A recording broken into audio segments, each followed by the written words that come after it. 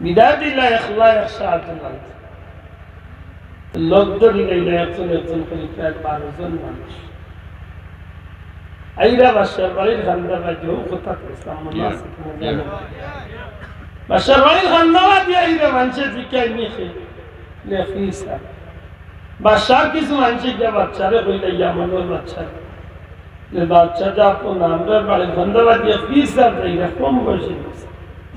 বাক্কা মানুষ হলো হাসাও করবেন না বন্ধ করে আবার পরীক্ষা করবি তবে কাম করে গিয়া বই আমি দাওয়াত দিছি শাহজালাল সাহেব তার সঙ্গী সাথী ওগুলোরে দাওয়াত দেন বাচ্চার ঘরে দাওয়াত খাওয়া তাইলে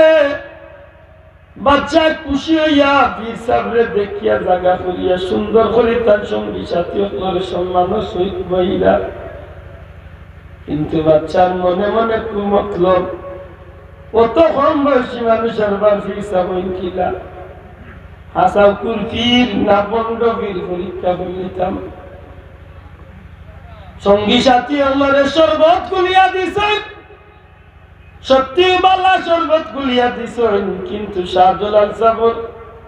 শরবতের মাঝে বিষ ফুরাইয়া জোর ফুরাইয়া দিলাইছে মনের মাঝে আশা কুলফির হইলে বিষে খাস করতো নাই আর যদি বন্ধ হইয়া থাকেন তাইলে তো শেষ সঙ্গী সাথী হলে শরবত আতলিয়া খাইলেন শাহজালাল সাহেবের শরবতের গ্লাসের বাজি চাই ইয়ামনের বাচ্চা এখন হুজুর খাইল পান হরুকা আল্লাহর উল্লে জিকেন হাসাও খাইলি তামনি যে হুজুর খাক্কা আপনার লাগি ও ইয়ামনের বাচ্চা আসলেই খাইলি মুনি যে হুজুর খাইল লে বুঝি আখো খাইলি তামনি আমার মতে গুলামে হয়তোই ভুটাইন আল্লাহর নিয়ামত মনে করিয়া খাইলেই নু কিন্তু কেউ লাগি যদি ক্ষতির কারণ হয়ে যায় তখন আমার দূষণ না জানে এর বাদেও বাচ্চার হুশ ঠিক যে খাইল বিসমিল্লাহির রহমানির রহিম কইয়া আল্লাহর মকবুল গোলাম শাহজালাল সাহেবের শরবত ফুটাইল পান করি আল্লাহর ওলির বিষে বাজরে এক জোড়া ক্ষতি করলো না ঠিক কিন্তু একটা গোলা কাটা মুরগির মতো ইয়ামনের বাচ্চা শাহজালাল সাহেবের সামনে সব মানুষের সামনে চটপটাইয়া পড়িয়া জাগাচ্ছে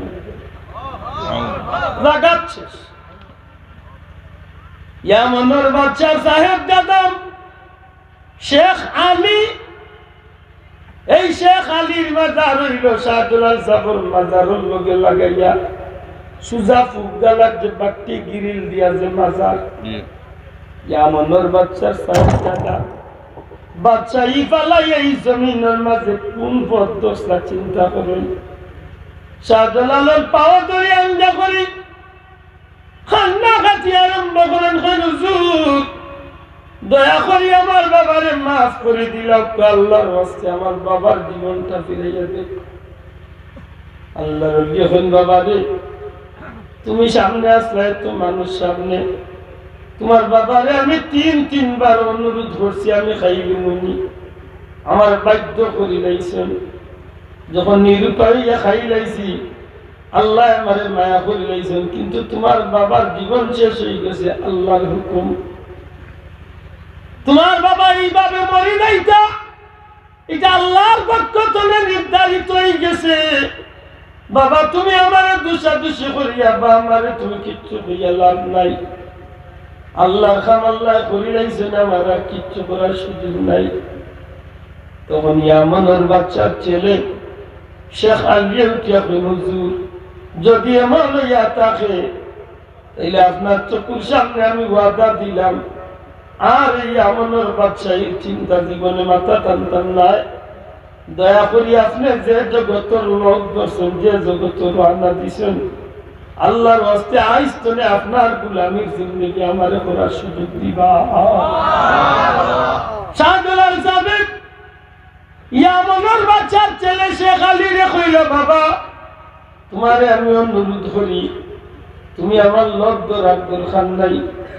তোমার বাবা বুঝছেন না যেখানে ইবার হয়ে গেছে আর কিচ্ছু করার নাই তোমার লাগে আমি দোয়া করবো তুমি আমানত জমিন থাকো, এই দেশের মানুষের উপরে আইন চালাও, এই দেশের মানুষকে তুমি শাসন করো, বাদশাহী করো। তবে একটা অনুরোধ করিয়া যাই,